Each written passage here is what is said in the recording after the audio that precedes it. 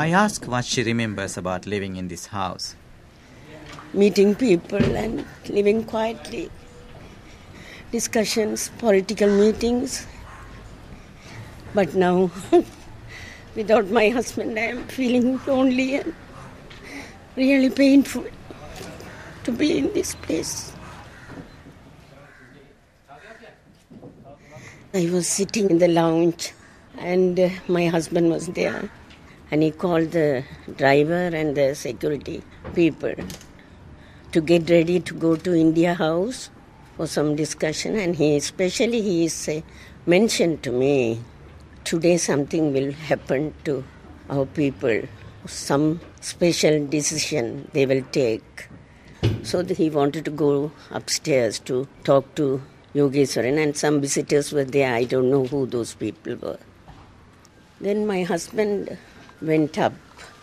Did you hear the shots? Yes, I heard one or two shots. I thought somebody at the gate, and I ran to the front door. Then Satyamurthy, who was at the gate, he signed me to go inside. And some people were going down by the front stairs. I heard the noise, the footsteps, but I didn't see who they were.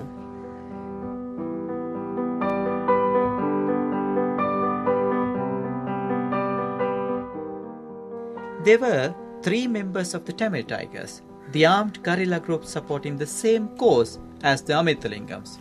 But they believed his peaceful negotiations with Sri Lankan and foreign governments were compromising the armed struggle. The Tigers, or LTTE, wanted to be the only representatives of the Tamil people and for their violent methods to be the sole way of dealing with the government.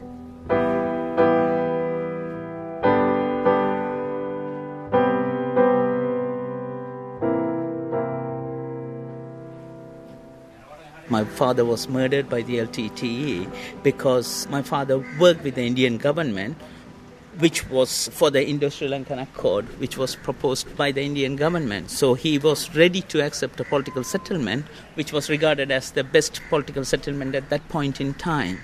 But that's why he accepted that, and he died for that. Your father was accused of providing the ground and creating the ground for the Tamil Tigers to emerge as a strong militant force. Isn't it ironic that he was killed at the end of the day by a group initially he supported before they became very ruthless organization? I have to say here, like all these militant leaders who emerged during 70s were with my father from the beginning. They were my father's followers, but at the same time, he never supported the militant activities of them. Yeah.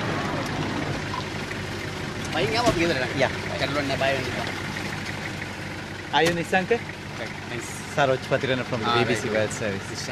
The following day, Mrs. Amirthalingam and her son met the security guard who shot and killed all 3 assassins. Mrs. Amirthalingam, come down. Can I give you a hand? Yeah. You're shivering.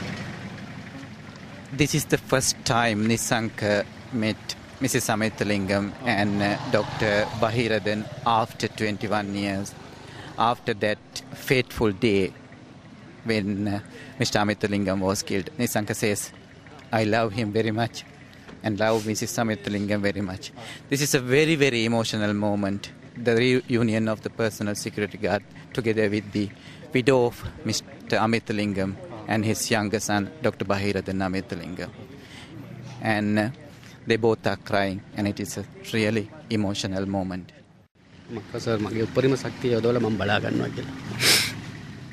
I think I met Nisanga just for 3 weeks before my father's assassination.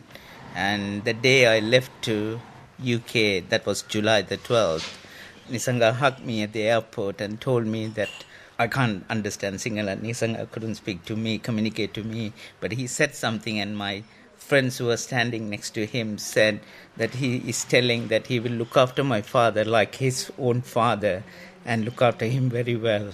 That's what, because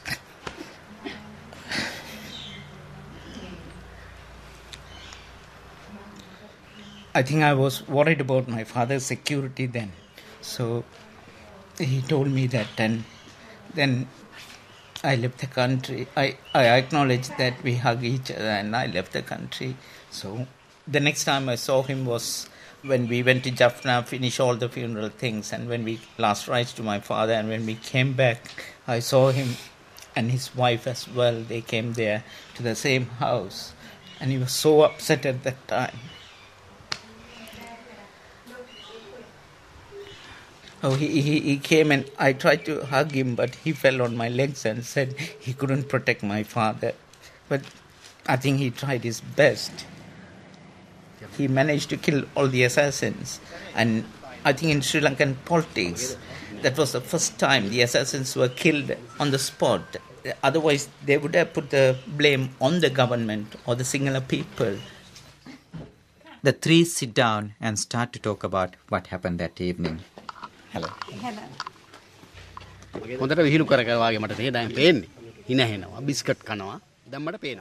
Nisang says he could see what was going on in the room, and he said he clearly saw 3 politicians and 2 visitors. Apparently, they were in a very jolly good mood, laughing, smiling. They heard a bottle. Sound of a bottle dropping in the kitchen.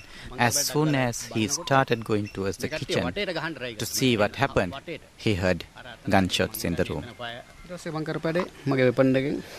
He was outside the balcony at that moment. Through the window, he took 2 revolvers and started firing at them. He had revolvers in both hands. I heard the shots. My husband was upstairs, so I was worried of him. So I ran upstairs. Then I saw my husband was on this cane chair where he was. I went to my husband and touched his chin. He opened his mouth. When he opened the mouth, I thought he's going to talk to me, but the blood was pouring outside. I got it in both my hands and pouring in. So I closed his mouth, and I come to know that he is no more to me. That's all. I was alone. Except my husband, I didn't have anyone to say my things or say what happened. People were there, but then the police came and removed him from that place. With the chair itself, they carried him. They carried him and took him to the jeep. I was running behind him. I was looking. I don't know what to do. That's all I could remember.